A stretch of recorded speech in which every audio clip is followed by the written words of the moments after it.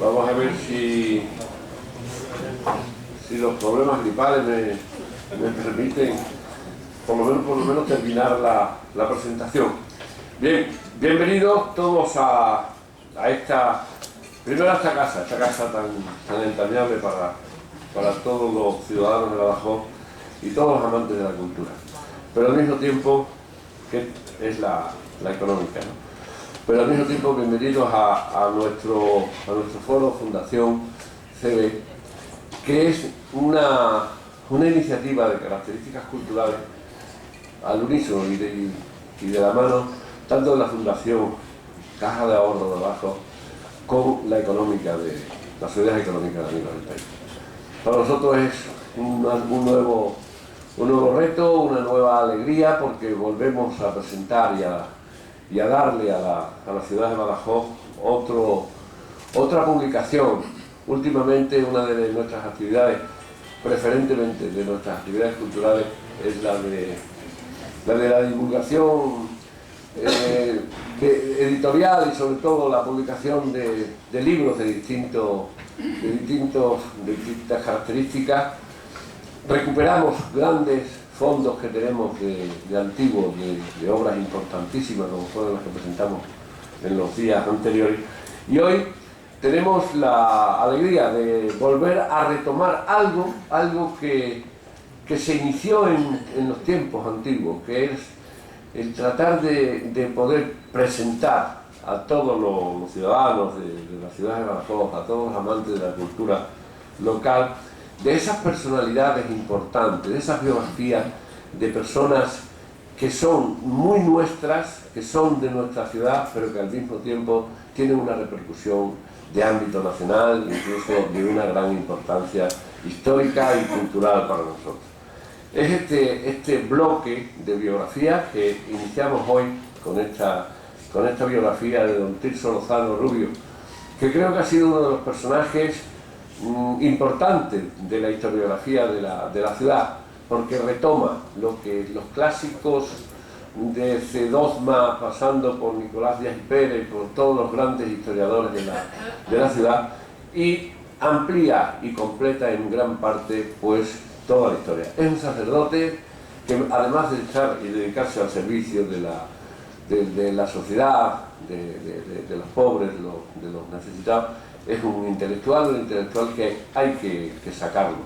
Y para ello nos hemos servido de dos compañeros, de dos amigos de la cultura de Badajoz, que ya hemos trabajado en otras ocasiones y que nos han acompañado en muchas presentaciones, ¿no? Sobre todo Guadalupe Pérez Ortiz, que es la bibliotecaria y la documentalista de la gran biblioteca que tiene el Seminario San Antón, y de la mano también pues su rector, don Francisco González, que es una personalidad tremendamente interesante, porque es un gran pedagogo, un gran teólogo y al mismo tiempo un investigador histórico.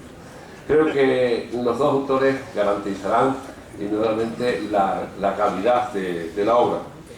Don Tirso Lozano, como antes decía, es un personaje que tiene una gran importancia. Tiene un libro maravilloso que va desde un callejero hasta parte de completar la historia de Badajoz o del convento de las Carmelitas, que es una delicia poderlo leer, sobre todo ese callejero, recuperando, y podemos acercarnos a cómo se llamaban las calles antiguas de Badajoz. Si alguna vez cae en sus manos o consulta en una biblioteca, le aconsejo que lo puedan consultar.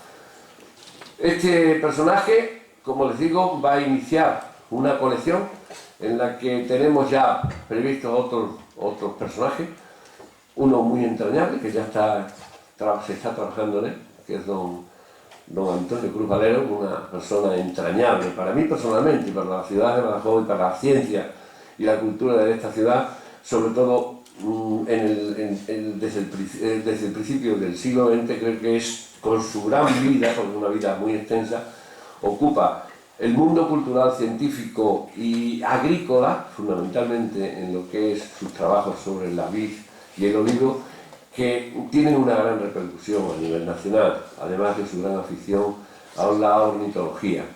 es un personaje realmente entrañable, un personaje de un atractivo, de bondad y de categoría intelectual que creo que cuando se termine la biografía va a tener un impacto importante.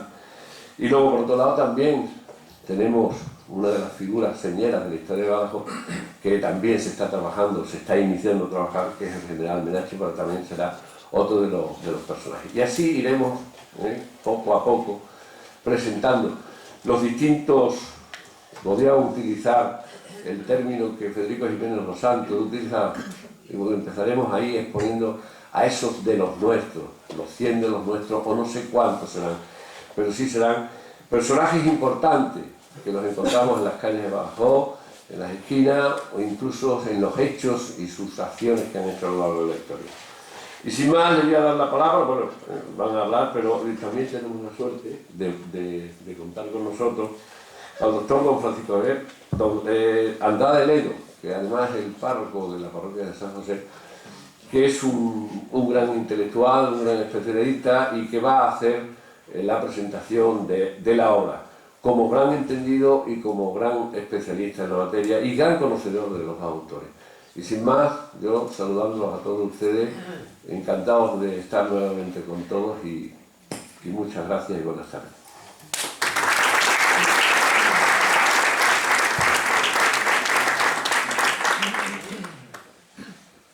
Muchas gracias.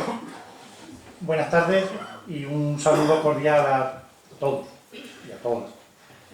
Nos congrega esta tarde el interés por saber un poquito más de quien probablemente, como nos acaban de decir, hasta hace poco tiempo, en algunos casos seguro que hasta hace nada, era un poquito desconocido para nosotros. Don Tirso Lozano Rubio, un sacerdote al servicio de la sociedad y de la Iglesia, como bien lo califican quienes se han adentrado en su vida con más tranquilidad y nos han hecho más fácil a los demás el acceso a su persona. No seré yo quien les reste un minuto a lo mucho que ellos tienen que decirnos acerca de él, pues mi cometido en este momento creo que es otro. No quiero más que entresacar algunos datos biográficos de quienes se han ocupado de hacerlo con el montanchego que nos ocupa, y que vivió a caballo entre la segunda década del siglo XIX y el primer tercio del XX. No obstante, si me van a permitir, antes de darle la palabra a ellos, esbozar algunos rasgos de su personalidad y obra para que podamos tener una primera aproximación al por qué escogerlo a él como motivo de estudio. Como se desprende de las palabras anteriores, estamos hablando de un sacerdote de nuestra diócesis pacense, aunque de procedencia cacereña. Los límites geográficos de la organización eclesiástica del momento no correspondían con los actuales. Su personalidad no destaca solo por su condición eclesiástica, donde desempeñó varias responsabilidades, como las de profesor de Sagrada Escritura y prefecto de estudios en el seminario, canónigo electoral en la catedral, juez eclesiástico y administrador diocesano, director del Boletín Oficial del Obispado y presidente de la Junta Diocesana de la Liga para la Defensa del Clero, todo eso a título eclesiástico, pero también por ser un fiel servidor de la sociedad, como así lo califican los autores en la página 14, perteneciendo a diversas instituciones promotoras de la cultura, miembro de la Comisión de Monumentos Históricos y Artísticos de la provincia de Badajoz, vocal del patronato del Museo Provincial de Badajoz, socio de número de la Real Sociedad Económica Extremeña del país, que hoy nos acoge en su casa, académico de la Real Academia de la Historia por la provincia de Badajoz, miembro de la directiva del Monte de Piedad y Caja de Ahorros de Badajoz y presidente, durante los últimos 6 años de su vida, de esta Fundación Caja Badajoz, que hoy propicia la publicación de su biografía. Una vez dicho esto, en clave general, con unos rasgos muy esenciales de la persona de quien nos ocupamos, de quien tuvo la responsabilidad de contribuir a formar a los pastores que iban a ejercer el ministerio sacerdotal en la primera mitad del siglo XX, justo antes de que tuviera lugar en la Iglesia la renovación, también para la comprensión de lo que significa el ministerio sacerdotal del Vaticano II, unas palabras sobre quienes no son nada desconocidos para ninguno de nosotros y que hoy nos ofrecen no las primicias de sus entrañas, pero sí el fruto maduro de su estudio aquilatado a través del análisis de muchas fuentes y sobre todo consecuencia de su interés por sacar a relucir el mucho y rico patrimonio documental que atesora el archivo de nuestro seminario metropolitano. En él tienen cabida una gran riqueza de documentación aquilatada con el paso de los más de 350 años de su historia, que esperan de manos hábiles y mentes perspicaces como las de Guadalupe y Paco, para seguir poniéndolas al servicio de la sociedad y de la Iglesia. Guadalupe Pérez Ortiz, Guadalupe para todos, es en la actualidad, como bien sabemos, la bibliotecaria del Seminario Metropolitano de San Antón. A ella llegó como auxiliar para prestar su ayuda al entonces director de la misma, de gran recuerdo para todos y digno de ser mencionado en este momento, don Francisco Tejada Vizuete, hace ya casi una década. Justo el próximo 2 de noviembre se cumplirá tal efeméride, teniendo yo en aquel momento el privilegio de darle la bienvenida a las instalaciones del seminario como rector y comenzando entonces una relación de amistad que gracias a Dios dura hasta el día de hoy. En octubre de 2009 pasa a ser la encargada de los archivos y bibliotecas diocesanas de la Archidiócesis de Mérida-Badajoz y en diciembre de 2011, por nombramiento episcopal, la directora de la Biblioteca del Seminario Metropolitano. Pero para llegar hasta ahí, recorre en primer lugar las aulas del Colegio Santo Ángel de Badajoz, hasta el antiguo octavo de GB, en la década de los años 80 y 90 del siglo pasado. Cómo pasa el tiempo sin darnos cuenta. Parece que fue ayer, pero ha cambiado tanto el cuento. De los alrededores de la calle Ramón Albarrán da el salto a la autopista, siendo ya mayor para atravesar la carretera y para cursar BUP y COU en el Colegio de los Maristas. De ahí ya, y haciendo bisagra entre el siglo pasado y el presente, el salto se produce hasta la Alcazaba para adentrarse en los estudios universitarios de biblioteconomía y documentación, primero con la diplomatura, después la licenciatura y por último el doctorado. A la tarea como bibliotecaria hay que sumar la docente y la investigadora. Desde el curso 2015-2016 es profesora de metodología científica en el Centro Superior de Estudios Teológicos de Badajoz, centro afiliado a la Universidad Pontificia de Salamanca. Y como investigadora hay que anotar sus más de 40 títulos de artículos especializados, unos en solitario y otros en colaboración en diferentes revistas, no solo españolas, destacando solo el dato de que muchos de ellos hacen referencia al contenido patrimonial de la biblioteca del seminario y del archivo diocesano, lo cual da muestras de su gran amor y dedicación a nuestra iglesia diocesana, que creo que es digno de destacar también en esta tarde. Formando collera, si se me permite la expresión, con quien hoy forma parte de la misma mesa y con quien comparte la autoría de esta obra, son ya 14 los títulos anotados en el haber de ambos. En los estantes de su biblioteca particular se cuentan también 6 libros que tienen su nombre como autora, 2 de ellos también compartidos con el compañero de mesa.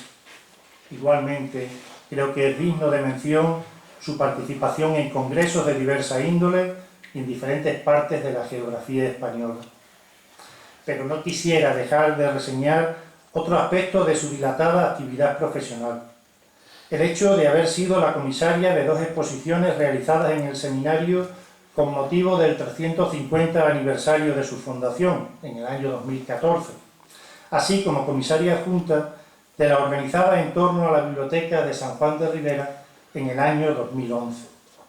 Igualmente, hay que conocer de Guadalupe su participación como miembro de la Asociación de Bibliotecarios de la Iglesia de España y de la Junta Directiva de la UBEX. Y no de menor importancia, sino más bien todo lo contrario, por la eficacia de su labor callada y permanente, es el hecho de ser la secretaria de la revista Paz et Emerita de nuestra archidiócesis, así como miembro de su consejo de redacción.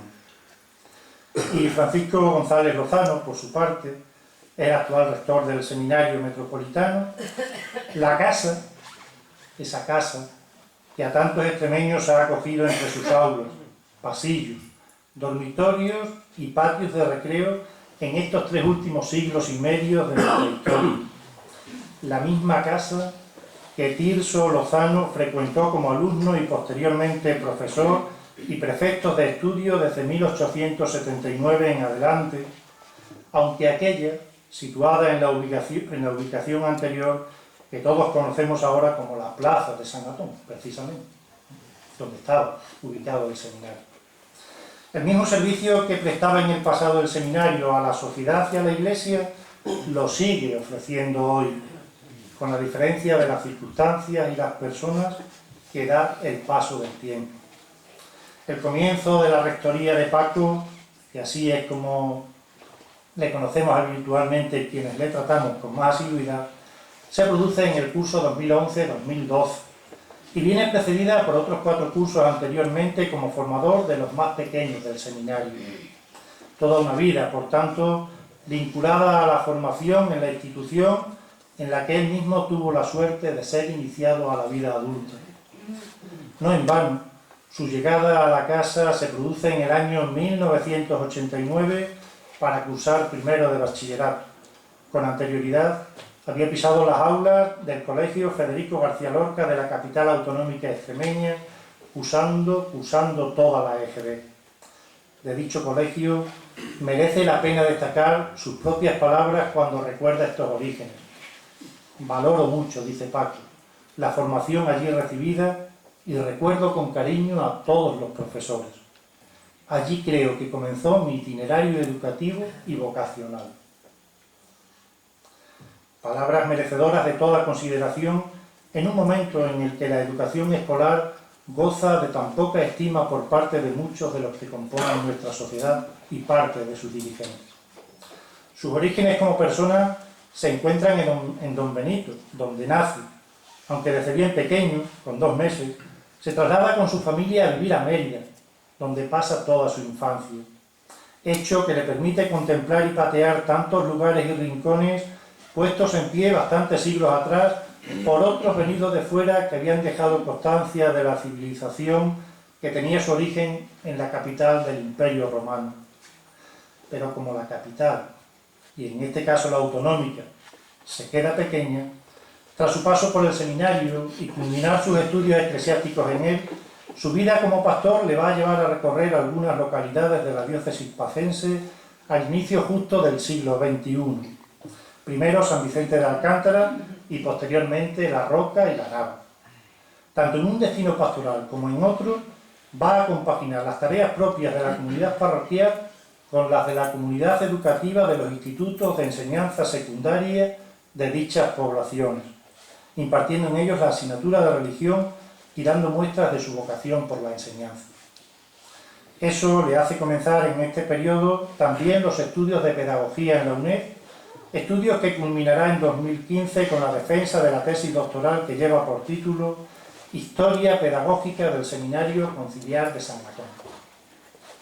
En cuanto a su tarea docente, hay que decir que forma parte de los claustros del Centro Superior de Estudios Teológicos de Badajoz, del que además es su secretario, y del Instituto Superior de Ciencias Religiosas, ambos afiliados a la Universidad Pontificia de Salamanca.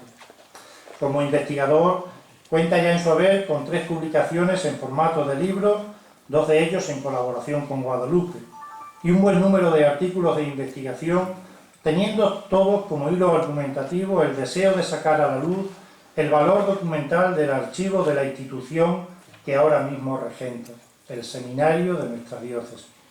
Su participación en congresos, tanto nacionales como internacionales, pretende igualmente dar a conocer dicho patrimonio documental.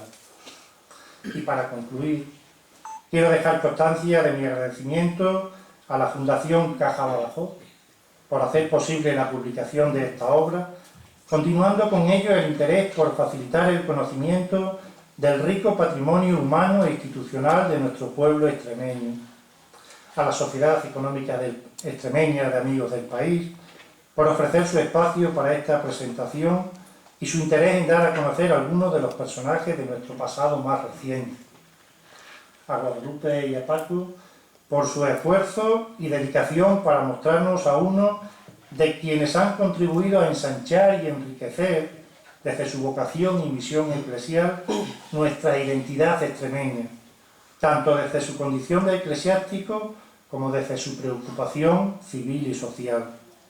Particularmente también les quiero agradecer a ellos que hayan contado conmigo para que les diera hoy la palabra y mostrar algunos datos de su biografía. Imagino que el pasado que me une a ellos en las responsabilidades del seminario y el hecho de compartir con el personaje en cuestión la canonjía de la catedral han sido las razones objetivas para proponerme. Probablemente los motivos reales sean otros. Pero eso lo dejamos reservado para la interioridad de cada uno de nosotros y para las tertulias. Gracias por vuestra amistad, Paco y Guadalupe, y gracias por brindarme esta oportunidad de expresar en público la mía hacia vosotros. Ojalá algún día pueda escribirse de vosotros una monografía como la que hoy presentáis, expresión del reconocimiento a la labor que estáis llevando a cabo con vuestra tarea investigadora. Y por último, agradecerles a todos ustedes su asistencia a este acto y por el deseo de dar continuidad a lo que ya viene siendo una realidad, el servicio a la sociedad y a la Iglesia, para que la humanidad siga progresando desde el respeto y fomento de los valores más nobles del ser humano. Muchas gracias y podéis usar la palabra.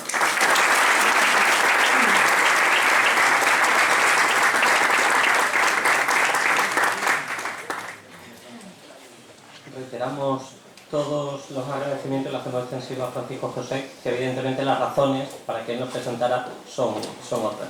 Gracias de verdad a todos por vuestra asistencia, no nos extendemos más, que Dios sabe pagar a cada uno lo suyo.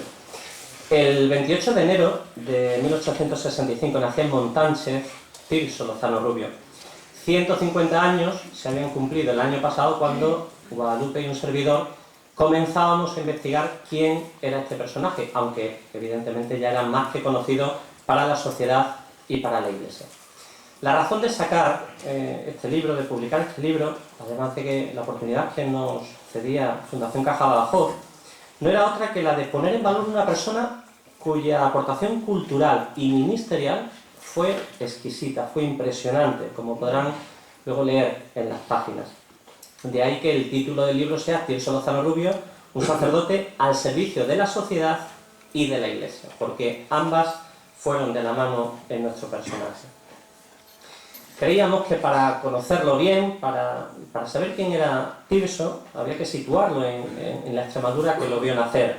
Unas pequeñas pinceladas, no para cansarles. Desde el punto de vista político, bueno, pues los últimos años del reinado de Isabel II, liberalismo político, lucha por las libertades individuales y la igualdad social. A nivel económico, pues la situación en España era muy dura y en Extremadura aún más. Las malas cosechas trajeron consigo el hambre, la agricultura seguía anclada en técnicas de cultivo más que pasadas. Un panorama desolador, muy desolador. Yo me fijo, por deformación profesional y por estudios, en la parte educativa. Desde el punto de vista educativo, un dato solamente. De los 432.000 habitantes que tenía Extremadura en aquella época, en 1870, solo 56.000 sabían leer y escribir. El 12%. Qué pocos. Incluso decía Macías Picabea, nuestros famosos institutos son cualquier cosa menos centros de educación y de enseñanza. Sin profesores preparados, sin locales adecuados, sin un currículum bien estructurado, con lo importante que es el currículum. En esta época, en este contexto difícil, duro, nace Tirso. Y su educación primaria nace en su escuela primaria de Montánchez. Me parece que es un pueblo que ha dado muchísimos frutos. a nivel de personas que han sido relevantes a nivel social y cultural. Probablemente aquella escuela estuviera dirigida por el sacerdote. Sería cuestión de seguir investigando. A los 14 años ingresa en el seminario, manifestando ya su deseo de dedicarse a la vida eclesiástica, sin recursos económicos, por lo cual tuvo que solicitar beca. Fue porcionista. A los 24 años, ordenado sacerdote por don Fernando Ramírez Vázquez. Un dato del trabajo de Tirso. En todas las asignaturas, durante todos los cursos, 14 años, obtuvo la calificación de meritísimos, la más alta. Impresionante. Tras acabar la teología en Sagatón, acude a Toledo a obtener los grados de licenciatura y de doctorado en teología, posteriormente a Sevilla para la licenciatura en Derecho Canónico. Decíamos que el libro tiene como dos grandes partes, ¿no? La primera, la trayectoria eclesiástica, de la que les voy a hablar yo, y luego la trayectoria civil en la que ahondará Guadalupe. La primera parada, para conocer la preparación académica de don Tirso, es el seminario de Badajoz, el seminario pacense. En un contexto en el que la secularización docente estaba a la luz del día, había dos ejes vertebradores que iban a formar la personalidad de Tirso. La primera, el currículum académico, que era el plan oficial de 1852. Eran 3 etapas: latín y humanidades, 4 años, filosofía 3 años y teología, que se extendía durante 7 años, con las asignaturas que oficialmente debían seguir. Ese plan de estudios lo impuso el gobierno, el Estado. Claro, como contrapeso, la dirección del obispo en el seminario, llevada a cabo a través del rector y de los distintos catedráticos. Esa dirección ayudó a Tirso a crecer en virtudes como responsabilidad, justicia, orden, servicio, todo ello transversalmente llevado mediante la oración, el estudio, la celebración de los sacramentos y la vida en común, la vida de un seminario. Son significativos estos datos, porque Tirso Lozano Rubio no solamente es una persona que supiera mucho o que conociera mucho, fue un sacerdote formado en un seminario. En concluida toda la teología, pasó eso al seminario conciliar de San Ildefonso en Toledo, porque el seminario pacense no podía ofrecer el grado de licenciatura y doctor. Y luego a Sevilla a la licenciatura en Derecho Canónico. Algunos datos curiosos que luego podrán releer en el libro. En el año 1889 es ordenado sacerdote, con lo cual hay un informe previo de varios testigos que hablan sobre Tirso Lozano Rubio. Dicen de él que asistía a la Eucaristía, que rezaba la liturgia, que rezaba el rosario y que llevaba un comportamiento ejemplar y era una persona afable. Y además dice, no asistía ni a cafés públicos, ni a tabernas, ni a teatro. No quiero mirar a nadie. En aquella época, bueno, aquello estaba prohibido, ¿no? Su paso por el seminario no se limita solamente a recibir clases, sino que también imparte, y al mismo tiempo es tutor de los más pequeños. Piensen que estudiando cuarto, quinto, sexto y séptimo de teología, el obispo le encarga que se hiciera cargo, que estuviera pendiente de los más pequeños, de alumnos de latín y humanidades. Esa labor tutorizada con los más pequeños. En el año 1897 es nombrado profesor de Sagrada Escritura, en una época en la que proliferan los estudios bíblicos. Pero había que tener cuidado con el modernismo, porque los nuevos métodos exegéticos pues caminaban al filo de interpretaciones pues no muy aceptadas por la Iglesia Católica. Hasta tal punto que en el año 1917, esto es un dato curioso para entender cómo se pudo sentir don Tirso después de llevar tantos años enseñando en Sagatón. En el año 1917 llega una carta de la Congregación de Seminarios y Universidades que dice al obispo que expulse a don Tirso Lozano Rubio y a don José García, profesor de patrología, por ser acusados de modernistas. Don Tirso se defiende, envía una carta a la congregación, los sacerdotes, profesores, los canónigos le apoyan, otros sacerdotes de la ciudad le apoyan, y al año siguiente la Sagrada Congregación le permite volver a su cátedra. Curioso, después de todo este periplo, que le tuvo que doler, después de estar enseñando allí, que lo acusaran de modernista. Pues es curioso que al año siguiente el Boletín Oficial del Obispado de Badajoz, siendo ya don Tirso el responsable de ese boletín, publicara una nota de la Congregación de Obispos sobre cómo se deben realizar las denuncias de sacerdotes. Y se recomendaba a los obispos que antes de dar curso a cualquier denuncia, que se aseguraran bien y que tuvieran pruebas. Pues ¿salió aquella nota por casualidad? Pues a lo mejor pudo ser. Sí, además fue prefecto de estudios, director del Centro de Estudios del Seminario. Siendo ya obispo don Francisco de Urturi Crespo, el día 3 de junio de 1892 gana las oposiciones a la canonjía de electoral. Antes se opositaba. Había que hacer varios exámenes y luego había 3 candidatos en aquella época y se escogió a don Tirso Lozano. Ahora es el obispo el que nombra, con el beneplácito del resto de los canónigos, el que nombra a un sacerdote como canónigo. En medio de todo ello se siguió preocupando por la educación. De hecho, organizó la asistencia de sacerdotes pacenses al 4º Congreso Católico de Educación celebrado en Tarragona. Otro dato también llamativo de don Tirso es que me parece una persona, un sacerdote que tenía una cabeza impresionante, pero no solo a nivel intelectual, de verdad, sino la capacidad de organización que tenía. Fue nombrado por don Félix Soto Mancera administrador diocesano. Administrador diocesano, con lo que ello implica, era un cargo de enorme responsabilidad y de confianza del prelado.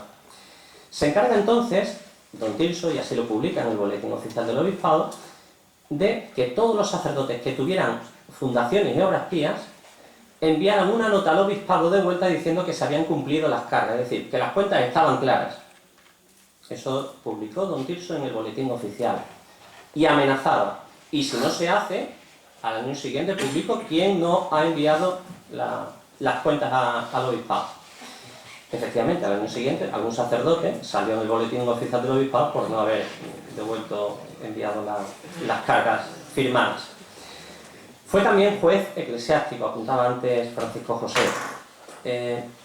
Este cargo tenía la misión de dirigir y llevar el buen funcionamiento del registro de propiedades pertenecientes al Obispado de Badajoz, tarea de complicada gestión por los numerosos muebles e inmuebles que en aquella época estaban a nombre de la Iglesia. Y por último, a nivel eclesiástico, aunque se podrían seguir enumerando tareas que le encomendaron los obispos, no sabemos en qué fecha fue nombrado director del Boletín Oficial del Obispado de Badajoz, pero intuimos que sería en torno al año 1900, por una razón muy sencilla, porque en aquella época cambia la estructura del Boletín Oficial. Tiene sus índices perfectamente numerados, está todo perfectamente estructurado. Eso solamente lo podía hacer una persona que tuviera la cabeza bien asentada y que quisiera llevarlo todo con orden. Todas estas responsabilidades eclesiásticas que ejerció con gran aprovechamiento don Tirso Lozano Rubio nos presentan a un sacerdote entregado a la Iglesia y a sus tareas encomendadas, y entregado con pasión, con ilusión y haciéndolo bien. Las llevó a cabo con pulcritud y extraordinario sentido de fidelidad a sus obispos. Pues esta es la primera parte, su gran trayectoria eclesiástica, y ahora Guadalupe nos presenta cuál fue su trayectoria civil. Bueno.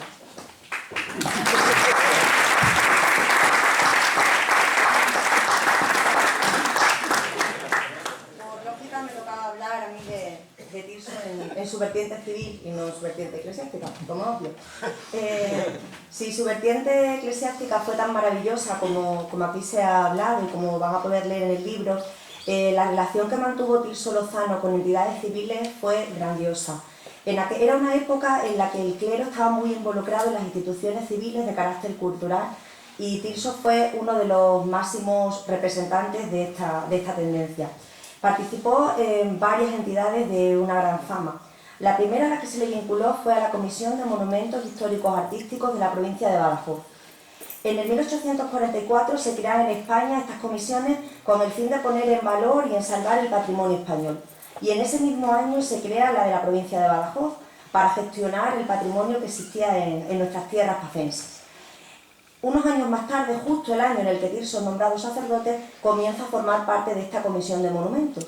Y hay que reconocer que cuando lo nombran para la comisión no tenía prácticamente ningún conocimiento ni de arte ni de arquitectura, que era lo que se pedía. Pero sí estaba respaldado ya en sus amplísimos conocimientos en historia y sobre todo en historia de Extremadura. Y tal fue el apogeo y la fama que Tirso fue alcanzando que entró como vocal, como una persona que tenía potestad para dar su opinión dentro de una junta, pero nada más. Pero poco a poco, con el paso de los años, consiguió ser el secretario, el vicepresidente y el presidente de la comisión hasta su muerte en el 1938. La segunda entidad a la que pertenece es al patronato del Museo de Bellas Artes, al que yo agradezco las facilidades y la documentación que nos ha facilitado para poder desarrollar el libro. Este museo se crea en el año 1919, con el fin también de poner al servicio de Badajoz la colección artística que aquí teníamos y que es justo que se disfrutara por el pueblo. En este momento, como les he dicho antes, era muy normal que los sacerdotes participaran de este tipo de entidades culturales, educativas, que promovían la música, la pintura. En definitiva, lo que promovían era el desarrollo de Extremadura y se trataba de que Extremadura se diera a conocer. Hasta tal punto fue esta relación iglesia-entidades civiles que muchas de ellas fueron presididas por obispos. Luego hablaremos de Félix Soto Mancera o de Mateo Delgado Moreno, que fueron presidentes de varias entidades. Ahora bien, el Cabildo de Badajoz decide que por aquel momento su obispo no era el que más sabía de arte ni el que más sabía de historia, sino que era el canónigo Tirso Lozano Rubio, y fue el que propusieron para el museo, participando de su patronato también hasta la fecha de su muerte, en el 1938. La tercera entidad es la Real Academia de la Historia. Fue académico correspondiente por nuestra provincia. Decir cómo se funda la Academia de la Historia en 30 segundos pues me parece un poco complicado, pero bueno, para que se hagan una idea. En el 1735 un grupo de personas, un grupo de eruditos, se reunían periódicamente en unas especies de veladas literarias, ¿no? Tenían un gusto por la literatura y se reunían periódicamente. Y ellos deciden que para darle solvencia y entidad a estas reuniones entre amigos, se van a poner en contacto con el rey. Y se lo dicen al rey. Nosotros estamos haciendo estas reuniones y queremos su consentimiento. Felipe V le parece muy interesante y les autoriza. A partir de este momento, claro, comienza el estrellato. Ya tienen la autorización del rey, las reuniones se hacen mucho más periódicas, más especializadas, cada vez más gente, y ahí es, como ya les digo, en líneas generales y un poco de andar por casa, es como nace la Real Academia de la Historia. La Real Academia de la Historia tiene una estructura, un organigrama bastante complejo. A nosotros solo nos interesa la figura de académico correspondiente. Dentro de los académicos hay 4 tipos. Tirso ocupó el de correspondiente, que eran personas de prestigio, historiadores de prestigio, que vivían fuera del reino o que vivían fuera del país. Y este es el cargo que va a ocupar Tirso. ¿Por qué llega a la Real Academia de la Historia? Muy sencillo, porque está avalado por la Comisión de Monumentos a la que ya pertenecía muchos años atrás. Y representa así a nuestra provincia hasta su muerte en la Academia. A la cuarta entidad a la que pertenece es a la casa que nos acoge hoy, a la Real Sociedad Económica Extremeña de Amigos del País. Y me da igual la misma vergüenza que antes, explicar en un momentito qué son las sociedades económicas con las personas que hay aquí, que saben muchísimo más que yo y en el año de su bicentenario, pero bueno, yo lo intento a modo sencillo. Las sociedades económicas son un grupo, surgen como un grupo de personas ilustradas que lo que quieren es solucionar los problemas que existen en la sociedad con el fomento a la cultura. Desde mi punto de vista, todo un acierto, porque donde no hay una base cultural no se van a poder resolver problemas ni religiosos, ni políticos, ni educativos de ningún tipo. La cultura, el fomento a la cultura es fundamental, y esto lo entienden estos ilustrados del siglo XVIII. Y es Carlos III el que consigue que estas instituciones salgan a la luz y se pongan en práctica. La nuestra, la de aquí de Badajoz, surge un poquito más tarde, entre el 1815 y el 1816. Y está amparada, como les he dicho, por un obispo, por nuestro obispo Mateo Delgado Moreno. Él fue el primer presidente de esta entidad. Y a partir de ahí, el exitoso camino que ha llegado hasta hoy. Bueno, pues Tirso perteneció a esta institución como vocal, hasta la fecha de su muerte. Pero Dios quiso, creo yo que es así, que una vez muerto se vincule todavía a esta entidad. Luego veremos por qué. Y a la última entidad a la que perteneció, y no por ello menos importante, es a la Caja de Ahorros de Badajoz y al Monte de Piedad. Fue sin duda la colaboración y el trabajo más importante a nivel civil de toda la vida de Tirso. ¿Por qué? En un primer momento, yo cuando leí que Tirso perteneció a la Caja de Ahorros, digo, un sacerdote y un banco, no sé, son cosas que nos pueden chocar de entrada. Pero si nos remontamos a la historia por la que nacen las cajas, lo entendemos. Las cajas, cuando nacen con un fin eminentemente social. Lo que pretendían era auxiliar a las clases trabajadoras, como todos los que estamos aquí, a que con nuestros pequeños ahorros pudiéramos generar un capital que no necesitáramos después de otros préstamos y de otros avales y de otros bancos que nos trataran de una manera más inferior. Entonces, esa misión de auspicio, de auxilio al trabajador es lo que hace que los sacerdotes, y que en especial Tirso Lozano, se vincule a esta entidad. ¿Hasta qué punto se vinculó? Bueno, pues Tirso Lozano entra simplemente como un consejero dentro del Consejo de Administración, pero llegó a ser inspector delegado permanente, que es lo que equivaldría al director de la Caja. Además, llegó a ser, por nombramiento de director, un año por renuncia del que existía hasta ese momento. Fue vicepresidente y fue el presidente de esta entidad desde 1932 hasta la fecha de su muerte. Los documentos que nosotros hemos consultado llegan a decir que fue el alma mater de esta entidad durante más de 2 siglos de historia. Y si me permiten leerlo, porque dicen que leer da más credibilidad, ¿no? Cuando leen en el telediario dicen que eso es lo que están diciendo es la verdad. Pues les voy a leer las palabras que le dedica la Caja en el momento de su fallecimiento. Muchas son las lágrimas que ha enjugado la institución, no pocas veces con notorio perjuicio de su capital. Y también no debe dejar de recordarse que ha pasado por situaciones difíciles, muy difíciles, salvadas por la inteligencia, el celo y el afecto de quien ha tenido en ella el consejero, el inspector luego, el vicepresidente y el presidente del Consejo de Administración, don Tirso Lozano Rubio, alma de la entidad, durante mucho tiempo. Estas son las palabras que le dedica la Caja en el momento de su fallecimiento.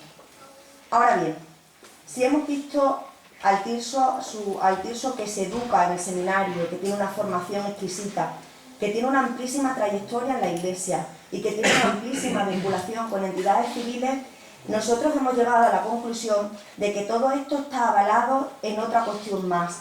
Es el último capítulo del libro. Nosotros lo llamamos Tirso, bibliófilo e historiador. ¿Por qué? Porque Tirso fue una persona erudita, fue una persona culta, que estudió, fomentó, trabajó por aprender y porque aprendieran todos los que estaban a su alrededor. ¿Y por qué sabemos esto? Cuando Tirso muere, dona a la Caja de Ahorros de Badajoz su biblioteca, 689 títulos. Piensen en una biblioteca de principios del siglo XX. Estos 689 títulos están en la biblioteca de la Caja durante una serie de años, hasta 1997, en la que, debido a la buena relación que existe con la Caja y la económica, pasan aquí.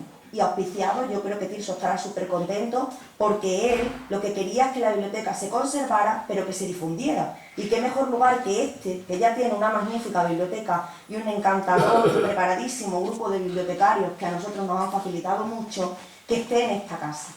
Hoy por hoy, el depósito se mantiene aquí en la biblioteca de Tirso, 689 títulos.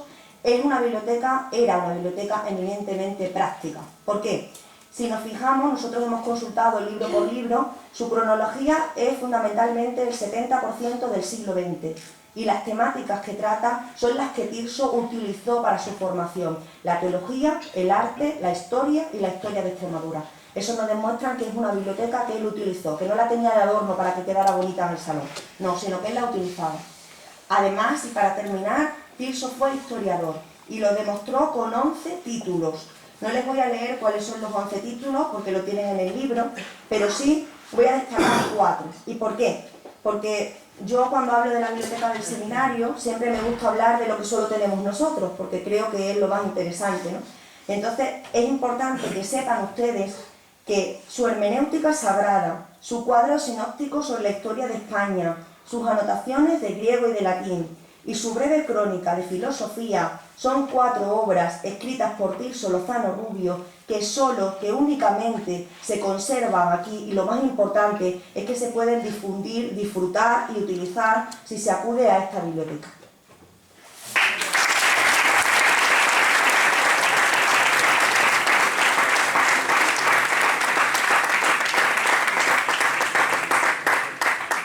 A modo de conclusión, creo que han podido comprobar, ¿no?, que Tirso Lozano Rubio es muestra de uno de los insignes colegiales de San Antón, que toda la documentación que nos ha sido facilitada tanto por la económica como por el archivo diocesano, al cual también agradecemos la labor del archivero, o al archivo de San Ildefonso de Toledo, pues muestran a un montanchego del cual sus vecinos han de estar orgullosos. Joven para el cual la formación intelectual fue instrumento de servicio al pueblo de Dios. Un sacerdote del cual también nuestra diócesis tiene que estar muy orgulloso. Hoy va a estar con nosotros don Celso, pero un proceso gripal ha impedido que estuviera aquí presente. Comprometido con su tierra, un extraordinario presidente de Caja Badajoz. En definitiva, un incansable labriego del estudio y del buen hacer en pro de la cultura y del bienestar social. Muchas gracias.